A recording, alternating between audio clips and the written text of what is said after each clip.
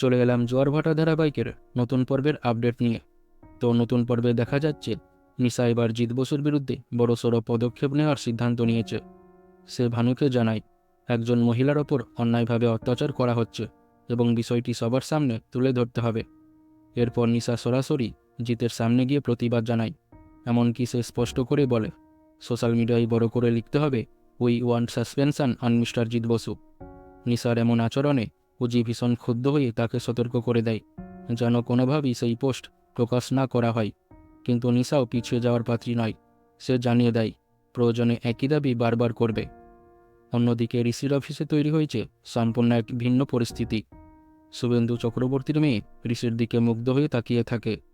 মনে মনে সে ভাবতে থাকে এত ভালো একজন ছেলে কিভাবে অন্য কারো জীবনে থাকতে পারে।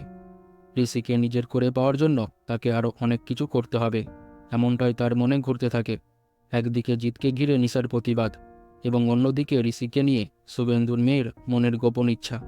দুই দিকের এই টানাপোড়েনে আগামী পর্ব যে আরও জমজমাট হতে চলেছে তা বলাই যায়। তো আপনাদের কি মনে হয়, নিশা কি সত্যিই জিৎ বসু সাসপেনশন করাতে পারবে? আর ঋষিকে পাওয়ার জন্য শুভেন্দুর মেয়ে কত দূর যাবে? আপনার মতামত কমেন্টে জানাতে বলবেন না। এরকমই আপডেট পেতে চ্যানেলটি সাবস্ক্রাইব করে পাশে থাকবেন।